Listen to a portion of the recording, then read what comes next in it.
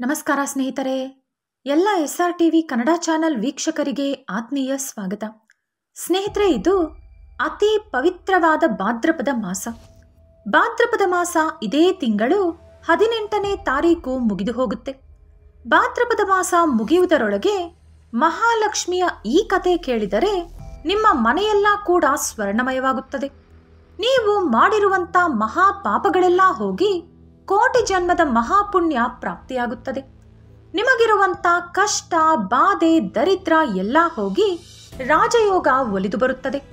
ಹಾಗಾದರೆ ನಮಗೆ ಅಷ್ಟೊಂದು ಅದೃಷ್ಟ ತರುವಂಥ ಕತೆ ಯಾವುದು ಎಂದು ಈ ವಿಡಿಯೋದಲ್ಲಿ ತಿಳಿದುಕೊಳ್ಳೋಣ.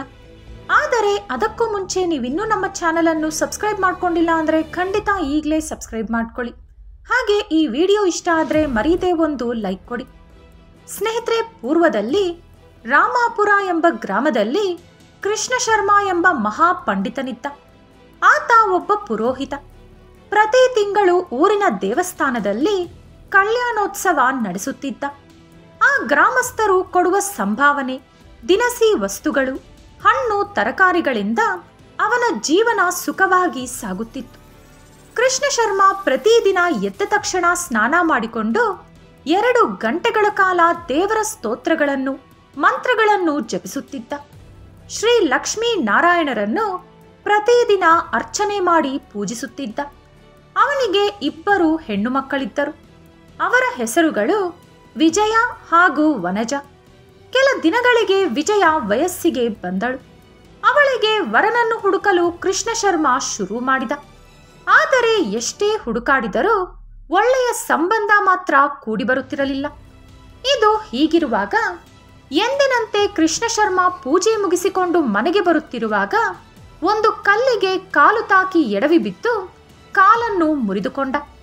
ಅವನಿಗೆ ಚಿಕಿತ್ಸೆ ಕೊಡಲು ಬಂದ ವೈದ್ಯರು ಕನಿಷ್ಠ ಪಕ್ಷ 6 ತಿಂಗಳ ಕಾಲ ನೀನು ವಿಶ್ರಾಂತಿ ಪಡೆದುಕೊಳ್ಳಬೇಕು, ಮಂಚದಿಂದ ಕೆಳಗಡೆ ಇಳಿಯಬಾರದು ಎಂದು ಹೇಳಿದರು. ಒಂದೆಡೆ ಮಗಳಿಗೆ ಒಳ್ಳೆ ಸಂಬಂಧ ಬರುತ್ತಿಲ್ಲವಲ್ಲ ಎಂಬ ದುಃಖದಲ್ಲಿದ್ದ ಕೃಷ್ಣ ಶರ್ಮನಿಗೆ ಇದೊಂದು ಹೊಸ ತಲೆನೋವು ಶುರುವಾಯಿತು. ಅದು ಮಾತ್ರವಲ್ಲದೆ ಏಕಾಏಕಿ 6 ತಿಂಗಳ ಕಾಲ ಎಲ್ಲೂ ಹೋಗದೆ ಮನೆಯಲ್ಲೇ ಇದ್ದರೆ ಮನೆ ನಡೆಸುವುದು ಹೇಗೆ ಎಂಬ ಚಿಂತೆ ಬೇರೆ ಶುರುವಾಯಿತು. ಆದರೂ ನನ್ನ ಕೈಯಲ್ಲಿ ಮಾಡಲು ಏನಿದೆ, ಇದೆಲ್ಲ ನನ್ನ ಪೂರ್ವಜನ್ಮದ ಪ್ರಾರಬ್ಧ ಕರ್ಮ ಎಂದು ಸುಮ್ಮನಾದ. ಇದೇ ರೀತಿ 2 ತಿಂಗಳು ಕಳೆಯಿತು. ಈ 2 ತಿಂಗಳು ಯಾವುದೇ ಆದಾಯ ಇಲ್ಲದ ಕಾರಣ ಅವನು ಇದುವರೆಗೂ ಕೂಡಿಟ್ಟ ಹಣದಲ್ಲಿ ತುಂಬಾ ಭಾಗದಷ್ಟು ಹಣ ಖರ್ಚಾಗಿ ಹೋಯಿತು. ಇನ್ನು ಉಳಿದಿರುವ ಸ್ವಲ್ಪ ಹಣದಿಂದ ತುಂಬಾ ದಿನ ಮನೆ ನಡೆಸಲು ಸಾಧ್ಯವಾಗುವುದಿಲ್ಲ. ಒಂದು ದಿನ ಪಕ್ಕದ ಊರಾದ ವೆಂಕಟಾಪುರದಿಂದ ವೆಂಕಟಶೆಟ್ಟಿ ಎಂಬ ವ್ಯಾಪಾರಿ ಬಂದು, ನನ್ನ ಮನೆಯಲ್ಲಿ ನಾಮಕರಣ ಕಾರ್ಯಕ್ರಮ ನಡೆಸಬೇಕು, ಇದನ್ನು ಹೇಗಾದರೂ ನೀವೇ ನಡೆಸಿಕೊಡಬೇಕು ಎಂದು ಕೃಷ್ಣ ಶರ್ಮನನ್ನು ಕೇಳಿದ. ಅಲ್ಲಿ ಹೋದರೆ ಒಳ್ಳೆಯ ಸಂಭಾವನೆ ಸಿಗುತ್ತೆ ಎಂದು ಕೃಷ್ಣ ಶರ್ಮಾ ಆಸೆ ಪಟ್ಟರೂ ಕೂಡ ವೈದ್ಯರು ಹೇಳಿದಂತ ಮಾತು ನೆನಪಾಯಿತು. ನಾನು ಇನ್ನೂ 4 ತಿಂಗಳ ಕಾಲ ಮಂಚದಿಂದ ಇಳಿಯುವ ಪರಿಸ್ಥಿತಿಯಲ್ಲಿ ಇಲ್ಲ, ನಾನು ಬರುವುದಕ್ಕೆ ಆಗುವುದಿಲ್ಲ ಎಂದು ವೆಂಕಟಶೆಟ್ಟಿಗೆ ಹೇಳಿದ. ಆದರೆ ವೆಂಕಟಶೆಟ್ಟಿ, ನೀವು ಈ ರೀತಿ ಹೇಳಬಾರದು, ನಾನು ಪಕ್ಕದ ಊರಿನಿಂದ ಕೇವಲ ನಿಮಗಾಗಿಯೇ ಇಷ್ಟು ದೂರ ಬಂದಿದ್ದೇನೆ, ನೀವೇ ಹೇಗಾದರೂ ಈ ಕಾರ್ಯಕ್ರಮ ನಡೆಸಿಕೊಡಬೇಕು ಎಂದು ನಾನು, ನನ್ನ ಮನೆಯವರು ಎಲ್ಲರೂ ಕೂಡ ಆಸೆ ಪಡುತ್ತಿದ್ದಾರೆ. ದಯವಿಟ್ಟು ಬನ್ನಿ. ಹಾಗೆ ನೀವು ಚಿಂತಿಸುವ ಅಗತ್ಯ ಕೂಡ ಇಲ್ಲ. ನಾನು ನಿಮ್ಮ ಮನೆಯ ಹತ್ತಿರ ಗಾಡಿ ಕಳಿಸಿಕೊಡುತ್ತೇನೆ, ನೀವು ಅದರಲ್ಲಿ ಬಂದು ಕಾರ್ಯಕ್ರಮ ನಡೆಸಿ ಮತ್ತೆ ಅದೇ ಗಾಡಿಯಲ್ಲಿ ಮನೆಗೆ ಹೋದರೆ ಸಾಕು ಎಂದು ಹೇಳಿದ. ನೀವು ಹೆಚ್ಚಿನ ಶ್ರಮ ತೆಗೆದುಕೊಳ್ಳುವ ಅಗತ್ಯ ಕೂಡ ಇಲ್ಲ ಎಂದು ಹೇಳಿದ. ಕೃಷ್ಣ ಶರ್ಮನಿಗೂ ಕೂಡ ಈ ಆಲೋಚನೆ ಇಷ್ಟ ಆಯಿತು. 2 ತಿಂಗಳಿಂದ ಮಂಚದ ಮೇಲೆಯೇ ಇದ್ದೀನಿ, ಸ್ವಲ್ಪ ಹೊರಗಡೆ ಪ್ರಪಂಚ ನೋಡಿದಂತೆ ಕೂಡ ಆಗುತ್ತೆ, ಅದೇ ರೀತಿ ಸಂಭಾವನೆ ಕೂಡ ಸಿಗುತ್ತೆ ಎಂದು ಆಸೆಪಟ್ಟ. ಆ ದಿನ ಬೆಳಗಿನ ಜಾವವೇ ಎದ್ದು ಪಕ್ಕದ ಊರಿಗೆ ಹೋಗಲು ತಯಾರಾದ. ವೆಂಕಟಶೆಟ್ಟಿ ಹೇಳಿದ ಪ್ರಕಾರನೇ ಗಾಡಿ ಕಳಿಸಿದ. ನಿಧಾನವಾಗಿ ಗಾಡಿ ಓಡಿಸು ಎಂದು ಗಾಡಿಯವನಿಗೆ ಹೇಳಿದ. ಆತ ಕೂಡ ಕೃಷ್ಣ ಶರ್ಮನಿಗೆ ಯಾವುದೇ ಕಷ್ಟ ಆಗದಂತೆ ಹುಷಾರಾಗಿ ಕರೆದುಕೊಂಡು ಹೋದ. ಅಲ್ಲಿ ಕಾರ್ಯಕ್ರಮ ಮುಗಿಸಿ ಮತ್ತೆ ಅದೇ ಗಾಡಿಯಲ್ಲಿ ಅವನು ಊರಿಗೆ ಪ್ರಯಾಣ ಬೆಳೆಸಿದ. ತುಂಬಾ ದಿನದ ನಂತರ ಹೊರಗೆ ಬಂದು ಕಾರ್ಯಕ್ರಮ ನಡೆಸಿದ ಕಾರಣ ಕೃಷ್ಣ ಶರ್ಮನಿಗೆ ತುಂಬಾ ಸುಸ್ತಾದಂತೆ ಆಯಿತು. ಇದರಿಂದ ಕೃಷ್ಣ ಶರ್ಮನಿಗೆ ಮೈಕೈ ನೋವು ಬೇರೆ ಶುರುವಾಯಿತು. ಇಷ್ಟರಲ್ಲಿ ಕೆಲವು ಬೀದಿ ನಾಯಿಗಳು ದಾರಿ ಮಧ್ಯದಲ್ಲಿ ಗಲಾಟೆ ಮಾಡಿಕೊಳ್ಳುತ್ತಿದ್ದವು. ಎತ್ತುಗಳು ಹೆದರಿ ವೇಗವಾಗಿ ಓಡಲು ಶುರು ಮಾಡಿದವು. ಗಾಡಿ ನಿಯಂತ್ರಣ ತಪ್ಪಿ ಕೆಳಗೆ ಬಿದ್ದು ಹೋಯಿತು. ಒಳಗಿದ್ದ ಕೃಷ್ಣ ಶರ್ಮಾ ಕೂಡ ಕೆಳಗೆ ಬಿದ್ದು ಹೋದ. ಮೊದಲೇ ಗಾಯವಾಗಿದ್ದಂಥ ಕಾಲಿಗೆ ಇನ್ನಷ್ಟು ಪೆಟ್ಟು ಬಿದ್ದ ಕಾರಣ ನೋವಿನಿಂದ ಕೃಷ್ಣ ಶರ್ಮಾ ಚೀರಾಡಲು ಶುರು ಮಾಡಿದ. ಗಾಡಿ ಓಡಿಸುವವನು ಎತ್ತುಗಳನ್ನು ಸಮಾಧಾನಪಡಿಸಿ ಗಾಡಿಯನ್ನು ಸರಿಯಾಗಿ ಕಟ್ಟಿ ಕೃಷ್ಣ ಶರ್ಮನ ಹತ್ತಿರ ಓಡಿ ಬಂದ. ವಿಪರೀತವಾದ ನೋವಿನಿಂದ ಒದ್ದಾಡುತ್ತಿದ್ದ ಕೃಷ್ಣ ಶರ್ಮನನ್ನು ಮತ್ತೆ ಗಾಡಿಯೊಳಗೆ ಕೂರಿಸುವ ಪ್ರಯತ್ನ ಮಾಡಿದ. ಆದರೆ ಕೃಷ್ಣ ಶರ್ಮಾ ಮಾತ್ರ ಮೇಲೆ ಏಳುವ ಪರಿಸ್ಥಿತಿಯಲ್ಲಿ ಇರಲಿಲ್ಲ. ಇದರಿಂದ ಆ ಗಾಡಿಯವನಿಗೆ ಏನು ಮಾಡಬೇಕೆಂದು ದಿಕ್ಕು ತೋಚಲಿಲ್ಲ. ಇಷ್ಟರಲ್ಲಿ ಮಳೆ ಬೇರೆ ಶುರುವಾಯಿತು. ಕೃಷ್ಣ ಶರ್ಮನ ಬಾಧೆ ವರ್ಣಿಸಲು ಅಸಾಧ್ಯವಾಗಿತ್ತು. ಅವನ ಅದೃಷ್ಟ ಚೆನ್ನಾಗಿತ್ತು. ಆ ದಾರಿಯಲ್ಲಿ ಇಬ್ಬರು ರೈತರು ಬರುತ್ತಿದ್ದರು. ಅವರ ಸಹಾಯದಿಂದ ಗಾಡಿಯವನು ಕೃಷ್ಣ ಶರ್ಮನನ್ನು ಗಾಡಿಯೊಳಗೆ ನಿಧಾನವಾಗಿ ಕೂರಿಸಿದ. ಭೂಲೋಕದಲ್ಲಿ ನಡೆಯುತ್ತಿರುವ ಈ ಎಲ್ಲಾ ಸಂಘಟನೆಗಳನ್ನು ವೈಕುಂಠದಲ್ಲಿ ಕುಳಿತುಕೊಂಡು ಶ್ರೀ ಲಕ್ಷ್ಮೀನಾರಾಯಣರು ನೋಡುತ್ತಿದ್ದರು. ಕೃಷ್ಣ ಶರ್ಮನ ಕಷ್ಟ ನೋಡಿ ಮಹಾಲಕ್ಷ್ಮಿಗೆ ತುಂಬಾ ನೋವಾಯಿತು. ಆಕೆ ಮಹಾವಿಷ್ಣುವಿನೊಂದಿಗೆ, ಸ್ವಾಮಿ, ಆ ಕೃಷ್ಣ ಶರ್ಮನ ದೀನ ಪರಿಸ್ಥಿತಿಯನ್ನು ಗಮನಿಸಿದ್ದೀರಾ? ಅವನು ಏಕೆ ಇಷ್ಟೊಂದು ನೋವು ಅನುಭವಿಸುತ್ತಿದ್ದಾನೆ? ಪ್ರತಿದಿನ ನಮ್ಮನ್ನು ಪೂಜಿಸುತ್ತಿದ್ದಾನೆ ತಾನೆ. ಅವನಿಗೆ ಇನ್ನೂ ಎಷ್ಟು ದಿನ ಈ ಕಷ್ಟ? ಅವನನ್ನು ನೋಡುತ್ತಿದ್ದರೆ ನನಗೆ ತುಂಬಾ ನೋವಾಗುತ್ತಿದೆ, ಅಯ್ಯೋ ಎನಿಸುತ್ತಿದೆ ಎಂದು ಹೇಳಿದಳು. ಆಗ ಮಹಾವಿಷ್ಣು, ದೇವಿ, ಮನುಷ್ಯರು ಪೂರ್ವಜನ್ಮದ ಪಾಪ ಪುಣ್ಯಗಳ ಕಾರಣದಿಂದ ಸುಖ ದುಃಖಗಳನ್ನು ಅನುಭವಿಸುತ್ತಾರೆ. ಪೂರ್ವಜನ್ಮದ ಕರ್ಮಫಲ ಪೂರ್ತಿಯಾದ ತಕ್ಷಣ ಕೃಷ್ಣ ಶರ್ಮನಿಗೆ ಮತ್ತೆ ಒಳ್ಳೆಯ ದಿನಗಳು ಬರುತ್ತವೆ. ಅವನ ಕಷ್ಟಗಳೆಲ್ಲ ಹೋಗಿ ಸುಖವಾಗಿ ಬದುಕುತ್ತಾನೆ. ನೀನೇನು ಚಿಂತಿಸಬೇಡ ಎಂದು ಹೇಳಿದರು. ಅದಕ್ಕೆ ಮಹಾಲಕ್ಷ್ಮಿ, ಅದರಿಂದ ಪ್ರಯೋಜನ ಏನು ಸ್ವಾಮಿ? ಇನ್ನೂ ಅವನ ಮಕ್ಕಳ ಮದುವೆ ಆಗಲಿಲ್ಲ. ಅವರಿಗೆ ವಿವಾಹ ವಯಸ್ಸು ಕೂಡ ದಾಟಿ ಹೋಗುತ್ತಿದೆ. ಅವನ ಕಾಲು ಪೂರ್ತಿಯಾಗಿ ಸರಿ ಹೋಗುವುದಕ್ಕೂ ಮುಂಚೆ ಮತ್ತೆ ಈ ರೀತಿ ಅನಾಹುತ ಆಯಿತು. ಅವನು ಯಾವಾಗ ಸರಿ ಹೋಗುತ್ತಾನೋ ಏನೋ ಅಂದಳು ಮಹಾಲಕ್ಷ್ಮಿ. ದೇವಿ, ಶೀಘ್ರದಲ್ಲೇ ಅವನ ಕಷ್ಟಗಳೆಲ್ಲ ಬಗೆಹರಿಯುತ್ತದೆ. ನೀನು ಚಿಂತಿಸಬೇಡ. ನಿನ್ನ ಮನಸ್ಸು ನನಗೆ ಅರ್ಥವಾಯಿತು. ನಿನ್ನ ಮಕ್ಕಳ ಕಷ್ಟವನ್ನು ನಿನ್ನಿಂದ ನೋಡಲು ಸಾಧ್ಯವಾಗುತ್ತಿಲ್ಲ. ಆ ವಿಷಯ ನನಗೆ ತಿಳಿಯದೆ. ಆದರೂ ಅವನ ಪೂರ್ವಜನ್ಮದ ಕರ್ಮಫಲ ಇನ್ನೂ ಪೂರ್ತಿಯಾಗಲಿಲ್ಲ. ಕೆಲ ದಿನಗಳಲ್ಲಿ ಅದೆಲ್ಲವೂ ಪೂರ್ತಿಯಾಗಿ ಅವನಿಗೆ ಒಳ್ಳೆಯ ದಿನಗಳು ಬರಲಿದೆ ಅಂದರು ಮಹಾವಿಷ್ಣು.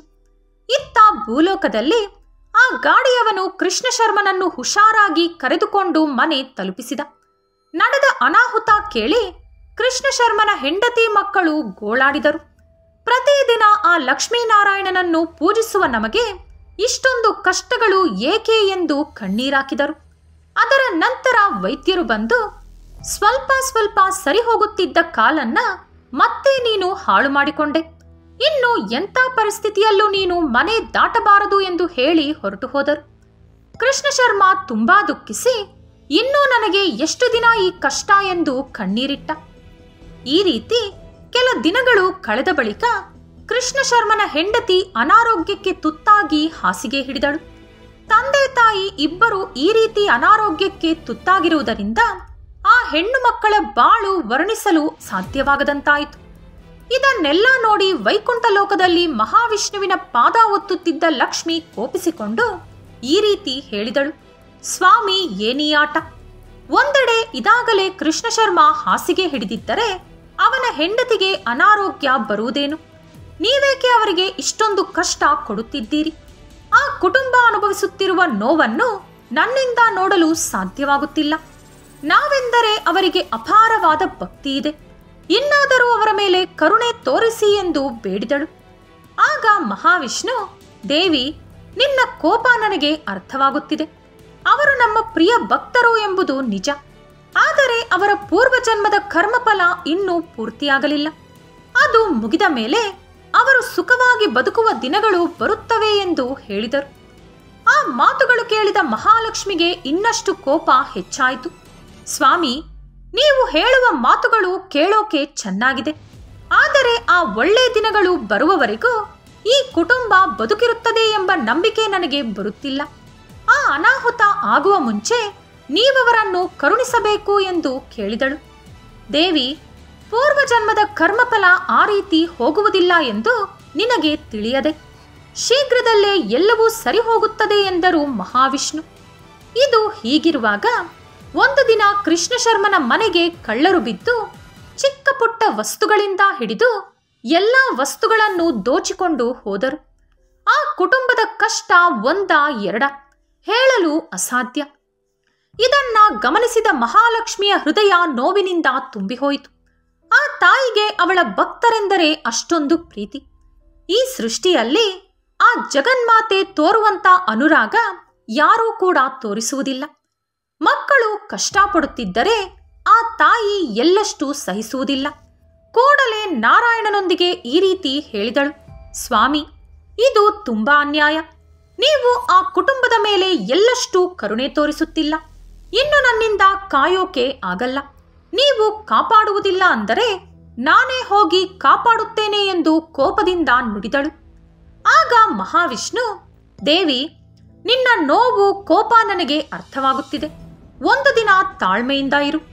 ಈ ದಿನಕ್ಕೆ ಅವರ ಕರ್ಮಫಲ ಪೂರ್ತಿಯಾಗುತ್ತೆ. ನಾಳೆಯಿಂದ ಅವರಿಗೆ ಒಳ್ಳೆ ದಿನಗಳು ಬರುತ್ತಿವೆ ಎಂದು ಹೇಳಿದರು. ಆಗ ಮಹಾಲಕ್ಷ್ಮಿ, ಸ್ವಾಮಿ, ಇನ್ನು ಒಂದು ಕ್ಷಣ ಕೂಡ ನನ್ನಿಂದ ಕಾಯಲು ಸಾಧ್ಯವಾಗುತ್ತಿಲ್ಲ.